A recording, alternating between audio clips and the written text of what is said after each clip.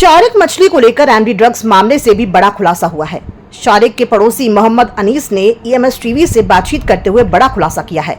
मोहम्मद अनीस ने बताया कि मछली परिवार के लोगों ने 2013 में बम की खेप भोपाल से दिल्ली पहुंचाने के लिए उन्हें मोटी रकम और एक मकान देने का लालच दिया था, लेकिन उन्होंने इनकार कर दिया। इतना ही नहीं, उनके इस बयान से अब मछली परिवार का कनेक्शन आतंकी संगठनों से भी जोड़कर देखा जा रहा है। आइए आपको सुनाते हैं शारिक मछली के कुकर्मों की कहानी मोहम्मद अनीस की जुबानी। यासीन अहमद से जुड़े ड्रग्स मामले में रोज नए बड़े खुलासे हो रहे हैं और आज और हमारे साथ एक बड़ा खुलासा करने के लिए एक और शख्स मौजूद हैं। हम उनसे जानते हैं कि क्या कुछ वो कहना चाहते हैं और क्या कुछ बड़े खुलासे करना चाहते हैं। जी, आपका नाम बताइए, कहाँ रहते हैं आप और क्या कहना चाहते हैं और क्या आपके पास जानकारी है? मेरा नाम मोहम्मद अनीस है। मैं आनंदपुरा ताई खेड़े में रहता हूँ। और शाहिद, शेरू, साबिर, शारिक, तारिक, सोहेल, इन लोगों ये लोग भी मेरे मोहल्ले में रहते हैं। हम एक ही मोहल्ले के हैं। शाहिद भाई ने मुझसे किया था कि आप कब से थोड़ा सा काम है, कुछ सामान मेरे को दिल्ली भेजना है, आप दिल्ली आते जाते रहते हो तो कर दोगे? मैंने क्या, मैं कर दूंगा भाईजान, आपका कौन सा काम है। तो उन्होंने क्या, मैं आपको एक 18 लाख का फ्लैट दूंगा, 20 लाख रुपए नकद दूंगा।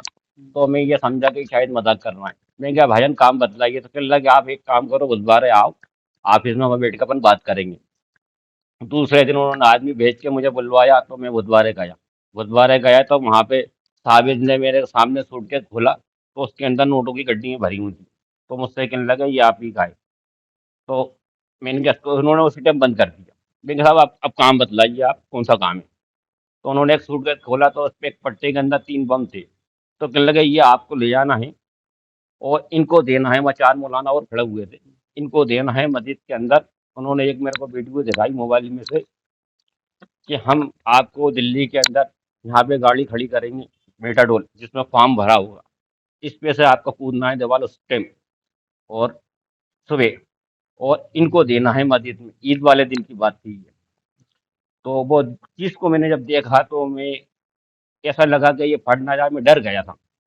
मतलब मुझे अजीब से डर महसूस हुआ। तो मैंने उनको डायरेक्ट मना कर दिया, मैं नहीं कर पाऊंगा भाईजान ये काम, मैं नहीं ले जा पाऊंगा। कितने बम थे? 3 बम थे एक पट्टे के अंदर। अच्छा। मैंने मना कर दिया उनको। तो वो शायद भन बनाते हुआ लड़कों से कहता है यार इसको जाने मत देना, ये भांडा फोड़ देगा। तो उसकी ये बात सुनकर मैं नीचे बैठ गया। मैं इतना डरा हुआ था। उनकी मैंने शक्लें देखी मौलाना की, वो मेरी शक्ल जैसे देख रहा है, वो भी घबराए हुए थे।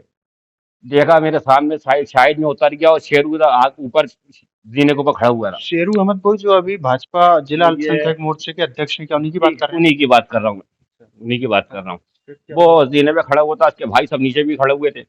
तो वो जब शेरू इधर गया, शायद नीचे उतर के गया, तो उसके भाई एक नीचे ऑफिस था उसके अंदर घुसे हुए थे। मैं वहां से धीरे से बैठ के एकदम भग गया। भग के बाजू में एक मस्जिद की गली के मोड़ पे, मस्जिद के अंदर घुस के और पेशाब करके था घुस गया मैं। मैंने वहां से झांक के देखा तो मैंने देखा तो ये लोग इतर बितर हो गए। थोड़ी देर के बाद में वहां से लिया था, भाग लिया। भागने के बाद मैं गया थाने, बिलगढ़िया थाने। बिलगढ़िया थाने के अंदर मैंने पूरी बात उसको बतलाई, इन इंदर सिंह को, पुलिस वाले को। मैंने कहा, यार ऐसी सी बात है यार भाई साहब। तो इंदर सिंह ने डायरेक्ट फोन लगा दिया शाहिद को। वो शाहिद को फोन लगाया तो धीरे से एक पुलिस वाला मुझसे कहता है भाग ले। मैंने तो सुन ही लिया था ने शाहिद को फोन लगाया है, तो वो भन बना रही था। मैं थाने से भाग लिया। मैं वहीं से बस उड़ लगा दी दिल। और वहां से भगने के बाद में सीधा पहुंच गया अपने घर। कहा मेरी माँ की। फिर वहां पे मेरे को थोड़ी घबराहट हुई तो मैं वहां से गोविंदपुर आया, गोविंदपुर से की गाड़ी ली और गाड़ी लेके मैं अताई खेड़ा जा रहा था आनंदपुरा। तो वहां पे मेरे ऊपर इसने दरगाह के पास में फायर करवाया शानू छुरी से। शानू छुरी ने मेरे ऊपर फायर करा तो पीछे से एक ट्रक वाला आ रहा था, वो कहने लगा मुझसे कि ये तेरे ऊपर फायर कर दिया है, इसलिए मैंने ट्रक तेरे आगे लगा दिया, तू जल्दी से निकल जा। तो मैं जल्दी से निकल गया, मैं घर गया। तो घर पे भी मेरे को खतरा महसूस हुआ, मैंने बीवी बच्चों को बतलाया। तो मैं पीछे वाले रास्ते से मैं भाग गया, स्टेशन स्टेशन से मैं दिल्ली चले गया। दिल्ली जानकर मैंने इनकी कंप्लेंट डाल दी दिल्ली में।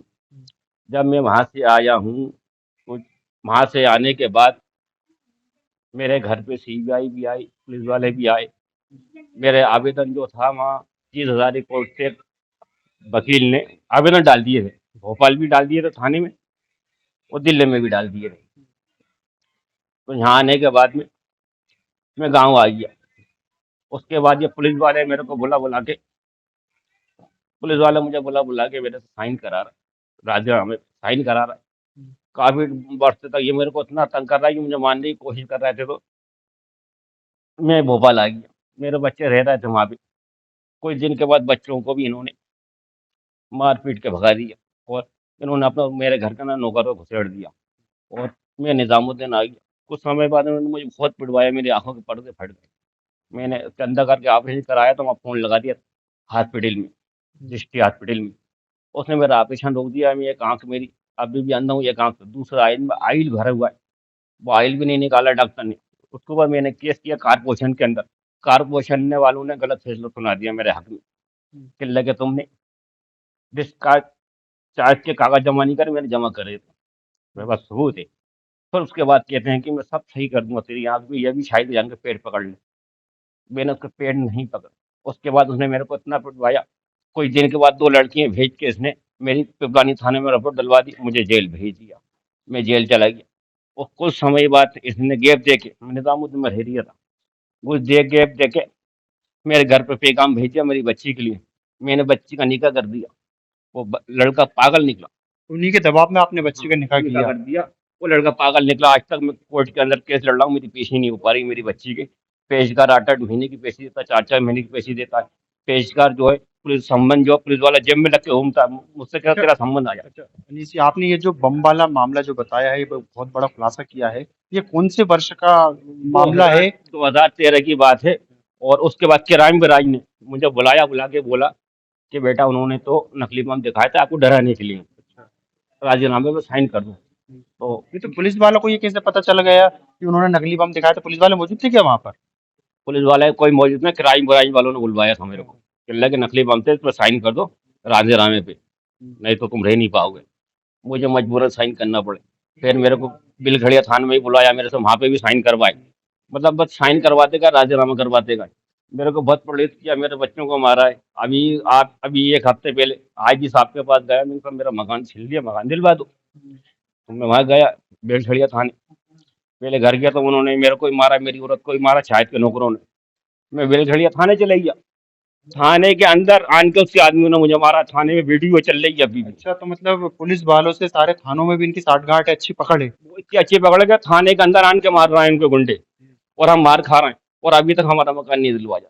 तो अब क्या लगता है आपको? आप चाहते क्या हैं? अब कार्रवाई हो पाएगी या नहीं हो पाएगी अभी भी? ये अभी भी कुछ समझ में नहीं आ रहा हमारे कि इनकी कार्रवाई कब होगी, कब हमें मकान मिलेगा। हमारे भी बच्चे तो भटकते फिर रहा, दादा की ठोकरें खाते फिर रहा है, और मार खाते फिर रहा है गुंडों की। बस चाहे हर कोई आ मार देता है, और औरतों ने कंप्लेंट डलवा रहा है, औरतें हमें बंद करा देती हैं। बस भटकते ही फिर रहे हैं हम साहब। हमारे साथ आज तक कोई इंसाफ नहीं किया। हमने बहुत शिकायतें करी, गृह मंत्री को भी हमने लेटर के जरिए भी दी। अब आप दोबारा फिर से सामने आए हैं, दोबारा फिर से शिकायत कर रहे हैं। आपको उम्मीद है कि सरकार और प्रशासन जो है वो आपकी बात को तवज्जो देगा और कुछ कार्रवाई हो पाएगी क्या? हम यही चाहते हैं कि प्रशासन हमारी बात को सुने, इसके ऊपर कार्रवाई करे। और ये डस्ट का जो मामला है, जो डस्ट इनके पकड़ाई है, हमने ये 10 साल पहले बोल दिया था। बिलखड़िया थाने में डस्ट का भी और लड़कियों का भी। यहाँ पे लड़कियों को मुसलमान करा जाता है अच्छा, जबरदस्ती। धर्मांतरण करवाते हैं लड़कियों को ले जाकर, हाँ, हिंदू तो हमने लड़कियों का। जबरदस्ती करवाते हैं, ये हमने उनको पहले ही दे दिया था। और हमने तो यहाँ तक बोला था, तो आप डैम के अंदर कितनी लड़कियों को इन्होंने अंदर दफन कर दिया, खेतों में दफन कर दिया। एक बार इनको भाई इंक्वायरी तो करो आप। इन्होंने को मार के फेंक दिया डैम में, कौन डलवा दिया इनके गुड़गों पे। ये सब लड़कों से ही काम कराते हैं। इनके पास बहुत गुड़गे, बहुत लड़के हैं बेहिसाब। इनकी संगठन छोटा मोटा नहीं है, बहुत बड़ा है, चारों तरफ फैला हुआ है। ड्रग्स तो अभी पकड़ी है पुलिस वालों ने, कुछ ही दिन हुए। ये चीज तो हमने 10 साल पहले बताई थी आपको, और मुंह जमानी बतलाई थी जान के। अच्छा, जहाँ आप रहते हैं आनंद नगर, कोकता, वो रताईगढ़ डैम, वहां पर सरकारी जमीन पर भी कुछ कब्जा वगैरह कुछ करके रखा पूरी सरकारी जमीन में उन्होंने कब्जा करा है। मेरा बहुत बड़े बड़े बाड़े था, वो सरकारी था। है? इन्होंने प्लाटिंग कर डाली। एक ने नाम रख दिया मुन्ना बस्ती, फारूक, इनके जितने भी बदमाश थे सब ने वहाँ प्लाटिंग कर डाली। और जो मेरा घर था, मेन जो दरवाजा था, उस पर दीवार उठा के उन्होंने बिल्डिंग बना दी। आज मैं दर दर की ठोकरें खा रहा हूँ। मेरी बीवी को ही मारा है, और अभी की बात है, थाने के अंदर घुस के मारा। साहब और क्या चाहिए? कितने दिन पुरानी बात है ये अभी बदमाश? 1 हफ्ते पहले की बात। 30 तारीख की बात है, मैंने आईजी साहब के पास गया था। तो आईजी साहब को मिल के मैं चले गया था कि आईजी साहब तो मिल आए, अब चलते हैं गाँव। मुझे नहीं मालूम था मुझे गाँव में भी मारेंगे, थाने में भी मारेंगे, और मकान आज तक नहीं मिला। पूरा बच्चों का दहेज लूट लिया, पूरा घर का सामान लूट लिया। मतलब बहुत बुरा हाल कर दिया हम लोग। बस भटकते भर रहे हैं हम लोग इंसाफ के लिए, और हमें इंसाफ नहीं मिल रही है। हमें जिन लोगों ने मारा है, जो आगे पर्दे फटे, वो भी आज भोपाल में घूम रहे हैं। पुलिस ने कंप्लेंट नहीं लिखी, पाकिस्तानी पुलिस ने, और वो लोग निजामुद्दीन में रहते हैं जिनने हमें मारा।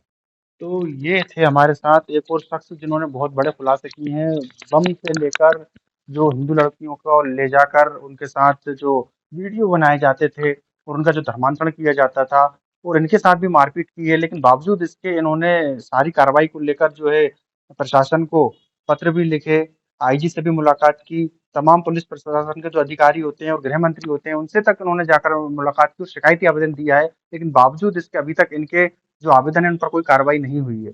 अब देखने वाली बात ये होगी कि ये जो शख्स सामने आए हैं और जो खुद सामने आकर ये जो यासीन अहमद हैं, ड्रग्स मामले में पकड़े गए हैं, और उनके परिवार के जितने भी लोग हैं उन पर जो इतने गंभीर आरोप लगा रहे हैं, उस पर प्रशासन क्या कार्रवाई करता है। वीडियो जर्नलिस्ट देवेंद्र माली के साथ हेमंत माली, ईएमएस टीवी, भोपाल।